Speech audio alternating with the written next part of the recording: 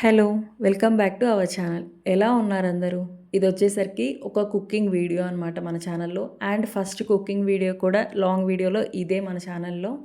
ఇంతకుముందు మన వీడియోస్ ఎవరైనా చూడకపోతే వెళ్లి చూసేయండి. అండ్ ఫస్ట్ టైం గనక మన ఛానల్‌లో ఈ వీడియో చూస్తుంటే ప్లీజ్ సబ్స్క్రైబ్ చేసుకోండి. అలాగే వీడియో నచ్చితే లైక్ చేయండి. నెక్స్ట్ మనకి అన్ని డేస్ మనం స్పెషల్‌గా కర్రీస్ చేసుకుంటాం. అండ్ ఏది తినాలనిపిస్తే అది చేసుకుంటూ ఉంటాం. డైకి ఎన్నో డిఫరెంట్ కర్రీస్ అండ్ కుకింగ్స్ చేసుకుంటూ ఉంటాం. బట్ కొన్ని పర్టికులర్ డేస్ ఉంటాయి. అబ్బా! ఇవాళ ఏ కుకింగ్ చేసే ఓపిక లేదు, ఇంట్రెస్ట్ లేదు అండ్ ఏం తినాలనిపించట్లేదు అనే డేస్ కూడా ఉంటాయి. అలాంటి డేస్‌లో ఇది ఎక్కువ మనకి కష్టం లేకుండా అయిపోయే కర్రీ, ఈజీ ప్రాసెస్ అండ్ నోటికి ఏది తినాలనిపించినప్పుడు ఇది తింటే ఇంకేం లేదు అంత టేస్టీగా ఉంటదనమాట. చాలా బావుంటది. బెండకాయ పులుసు కూర. ఇదేముంది అందరు చేసేదే కదా ఈజీయే కదా అని అనుకుంటాం. యాహ్! ఈజీయే.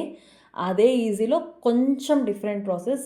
ఏం లేదు. ఇది నేను మా అమ్మమ్మ ఒకసారి ఇలా చేస్తుంటే చూశాను. అది నాకెందుకో నేను చేసుకొని తినాలనిపించింది. ఎప్పుడు చేసుకుంటాను బెండకాయ పులుసు. కానీ ఒకసారి ఇలా ట్రై చేయాలనిపించింది. సో, అందుకని ఇలా ట్రై చేశాను.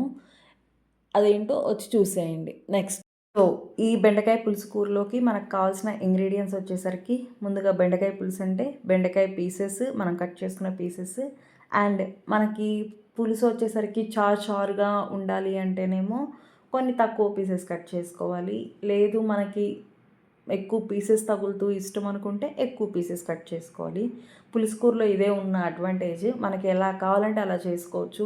ఒకవేళ ఒకటి ఎక్కువైనా తక్కువ చేసుకోగలుగుతాం, తక్కువైనా ఎక్కువ చేసుకోగలుగుతాం. అంటే ఉప్పు ఎక్కువైందనుకోండి కొంచెం పులుసు అండ్ వాటర్ యాడ్ చేసేస్తే అది అడ్జస్ట్ అయిపోతుంది.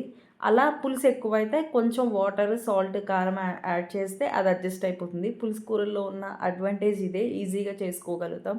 బట్ ఫ్రైస్‌లో అలా కుదరదు కదా! ఏది ఎక్కువైనా ఇంకా అది తినలేము. సో, కావాల్సిన ఇంగ్రీడియంట్స్ బెండకాయలు ఆబ్వియస్‌గా, టొమాటో, ఆనియన్స్ అండ్ కొంచెం చింతపండు గుజ్జు మనం తీసి పక్కన పెట్టుకున్నది, కరివేపాకు, తాలింపు గింజలు, ఎండుమిర్చి, ఉప్పు, కారం, పసుపు. ఇంకింతకు మించి ఎక్కువేం అవసరం లేదు.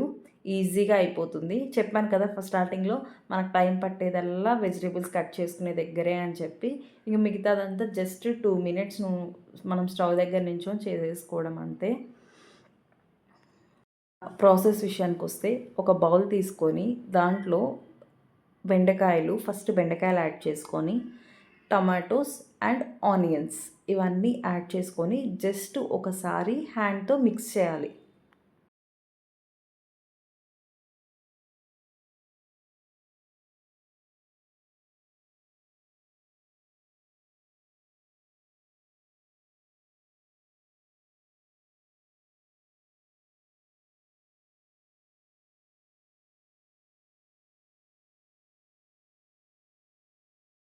మిక్స్ చేశాక సాల్ట్ కొంచెం, కారం, పసుపు వేసేసి ఇంకొకసారి ఇవన్నీ మిక్స్ చేసుకోవాలి. జస్ట్ ఇక్కడ ఒక మ్యారినేషన్ ప్రాసెస్ లాగా మిక్స్ చేసుకొని కొంచెం ఎక్కువ స్పీడ్గా గట్టిగా మిక్స్ చేయకూడదు. ఎందుకంటే బెండకాయలు చిదురు చిదురు అయిపోతాయి.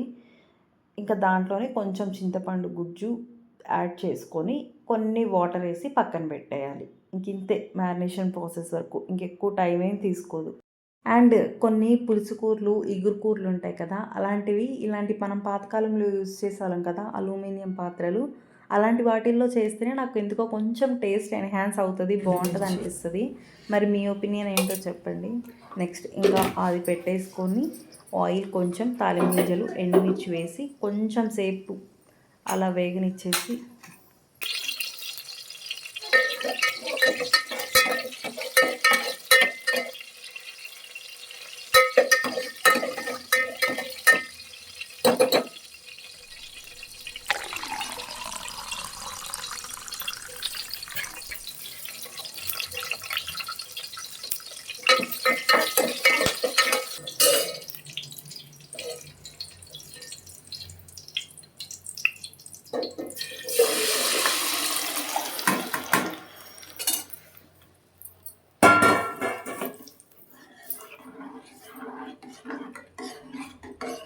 ఫైనల్‌గా మనం ముందు రెడీ చేసుకున్న మిక్స్‌ని తీసుకొచ్చి దీంట్లో ఆ తాలింపులో యాడ్ చేసి కలపెట్టేసి ఇంక ఉప్పు కారం ఏదన్నా సరిపోకపోతే చూసుకొని యాడ్ చేసుకొని ఇంకేం లేదు అడ్జస్ట్ చేసేసుకొని ఒక్కసారి కలపెట్టేసి ఇంకా మూత పెట్టేసి మీడియం ఫ్లేమ్లో పెట్టి ఇంకొక 10 మినిట్స్ అలా వదిలేస్తే వేడి వేడిగా చాలా టేస్టీగా నిజంగా బాగుంటుంది.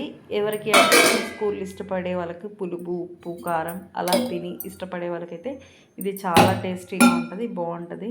అండ్ వేడి వేడి అన్నంలో కన్నా చల్లగా ముందు రోజు నైట్ టైం వండిన అన్నం కానీ ఆర్ మార్నింగ్ వండిన అన్నం కానీ ఉంటుంది కదా, చల్లగైన అన్నంలో చాలా టేస్టీగా ఉంటుంది ఇది. ఇంతే బెండకాయ పులుసు ప్రాసెస్. Thank you, bye.